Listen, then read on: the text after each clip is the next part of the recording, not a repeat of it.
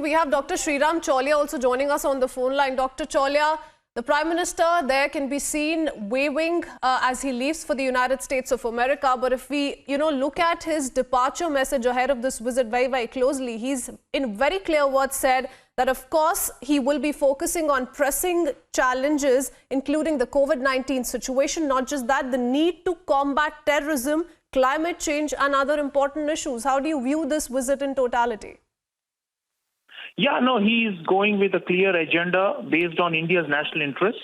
He has always been very, clear-headed in his mind about what we need to secure from the U.S. And that's one of the specialities, because in earlier times, Indian leaders were confused and not very, lacked strategic clarity. So first thing, we want the U.S. to address some of our concerns. Like you mentioned, the issue of terror in the region has become a multi-headed monster now with the big change in Afghanistan, and which was actually facilitated by a ham-handed U.S. policy of exit without a plan. So what do they do now? I mean, the U.S. has left us a mess in our own backyard, and we've got to tell them that it's their responsibility to now assist us to counter terror. So definitely tightening the screws on Pakistan, imposing some kind of sanctions. If not sanctions, then use conditionalities through World Bank and IMF to change their behavior, use the FATF mechanism. So to continue to pressurize Pakistan. These are the key things. And of course, conditions on Taliban itself for their own behavior and conduct. So all these things we need to coordinate with the US. The US does have some levers, although they have militarily left the region. And I think India should be offering our, maritime and land-based assets if the U.S. needs to use them for over-the-horizon counterterrorism aerial attacks against terrorists in Afghanistan and Pakistan. We should be willing to discuss such, more advanced cooperation that usually happens between allies. So short of alliance, we are willing to do many things with them. And I think we should put those on the table so that it's not just that we are complaining and ranting that, you are not listening to us. It's also we are offering something in return. And the same goes with the COVID-19 pandemic, which PM has highlighted. India is the biggest manufacturer. And now from October, we are going to restart the exports. We're going to save the world.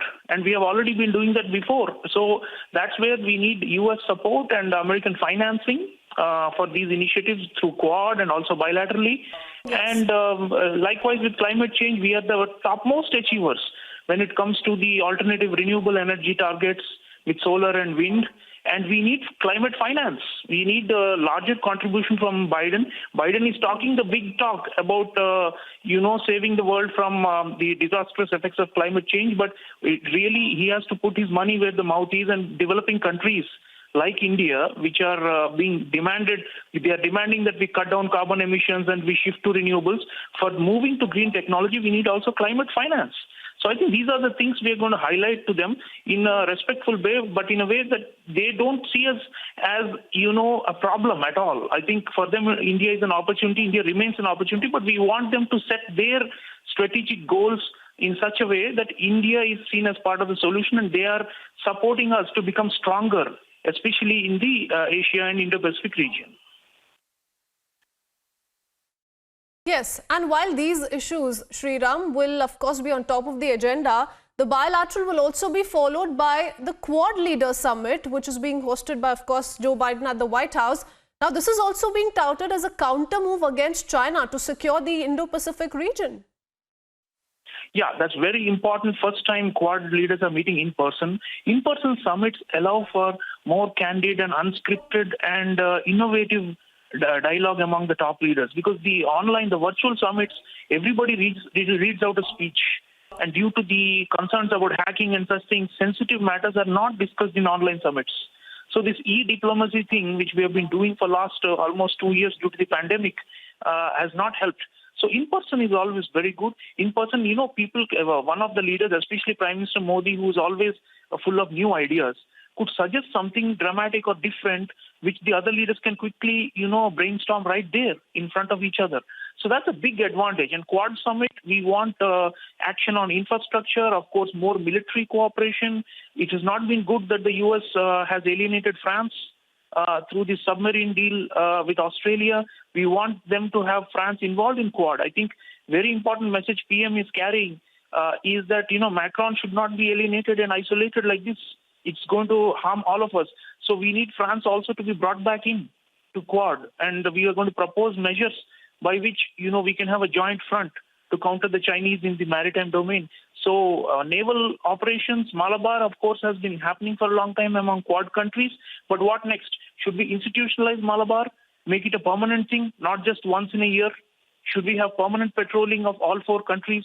Should we identify certain vulnerable countries in the Indo-Pacific where the Chinese are, breathing down their necks and are trying to bully them and try to defend those countries through joint maritime action against Chinese PLA Navy? Those kind of things, we should be openly discussing in the Quad summit, because otherwise the Chinese are happy seeing all these divisions between the Europeans and the US, and they are just going to enjoy the show. No, we need to make them sweat. We need to make them feel the heat. And the only way we can do it is through these in-person summit of Quad leaders.